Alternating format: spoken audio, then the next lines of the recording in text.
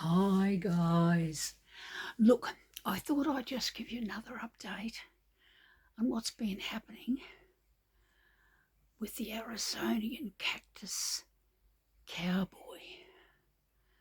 The guy who's been coming up here, interfering in my potentiality to divinely attract through the law of attraction my divine counterpart, the one for whom my destiny is intended. It's just, I can't get rid of the guy, you know. And look at the pimples. Look, you know where they came from? He keeps bringing these bloody boxes of chocolates.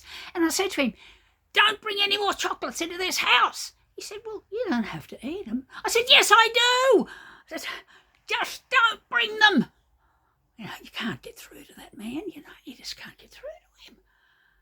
And I don't know why I entertain him.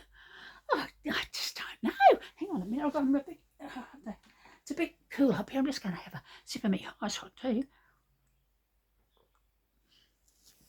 Anyway, getting back to what I was saying, you know, about this guy. And he's infringing on my personal space.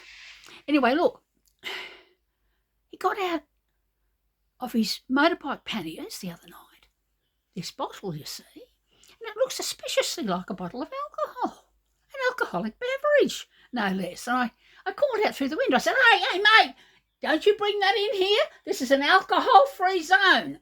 That's what I told him, you see. And he called back and he said, no, it's not alcohol.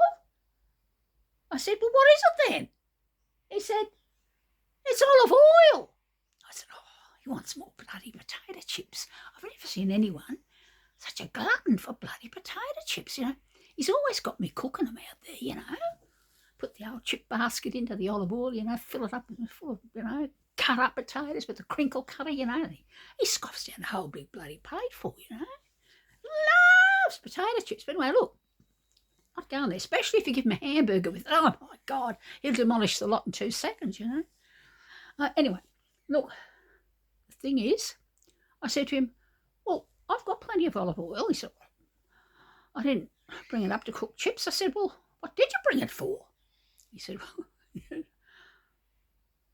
I thought, you know, he said, I could give you an all-over body massage and then you could do the same for me and then we could have a wrestling match. I said, what? I said, listen, mate.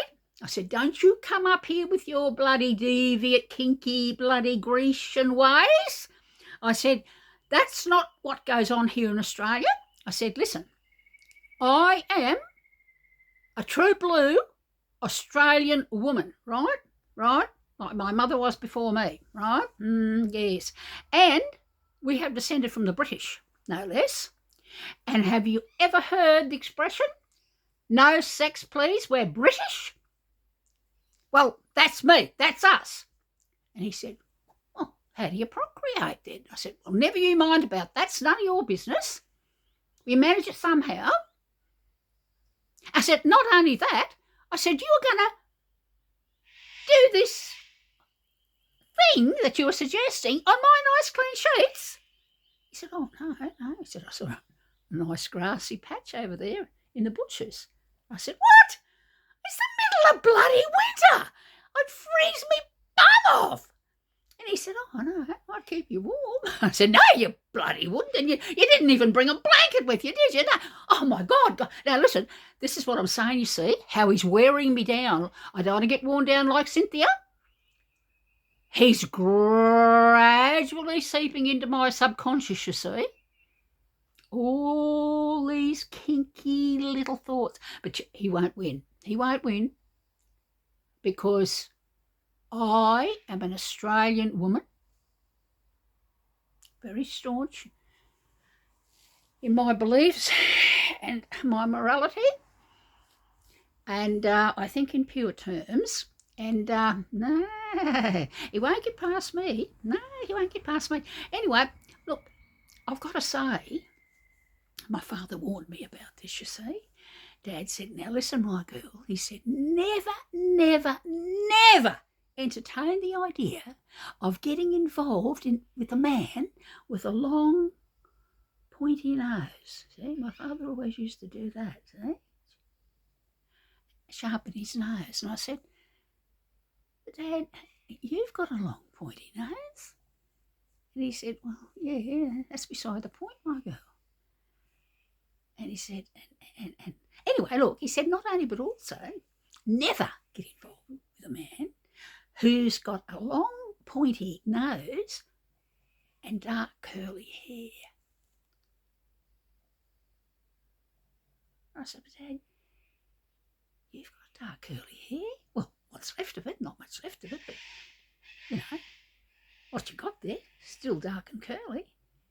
He said, that's the point, my girl. He said, I'm trying to save her from a fate worse than death. He said, look what's happened to your poor mother. She married me, and now she's miserable. I said, well, she wasn't always miserable, Dad. He said, no, for 40 years. She was very passionate. Said, then all of a sudden, just out of nowhere, she turned on me like a cut snake. I said, that's right, Dad. She just wiped you like a dirty bum. He said, now, my girl, don't be crude like your mother. Don't be, speak like a lady. And I said, oh, sorry, Dad. And I said, but anyway, look, I said, I'm trying to think back. When did she turn on you? When was it? It was years ago. He said, yeah. I think it was about 1989. Might have been 1990. I said, really? That's when she banished you into the spare room and never let you in the master bedroom again. He said, yeah.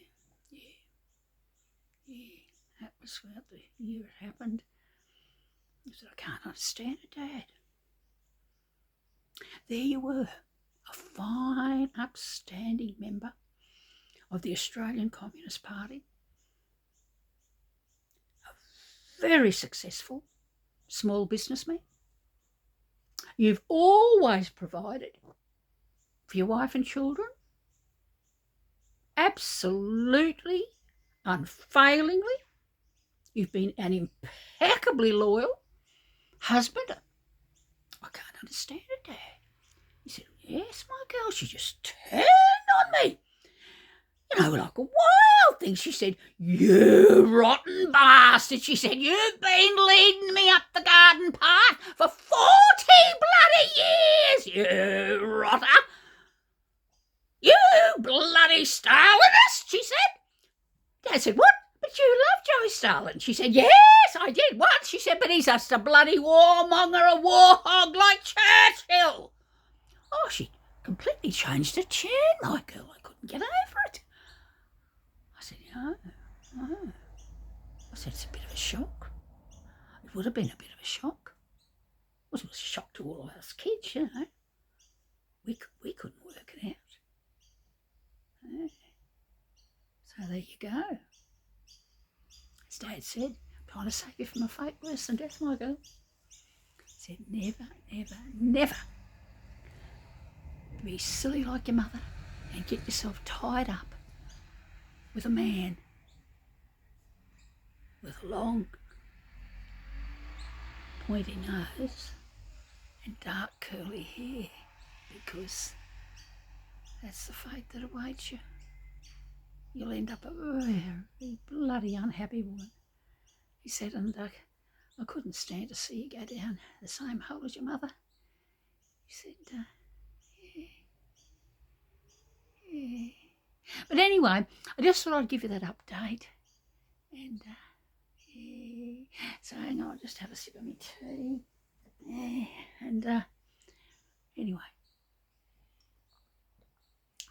It's depressed me a bit, talking about that family history.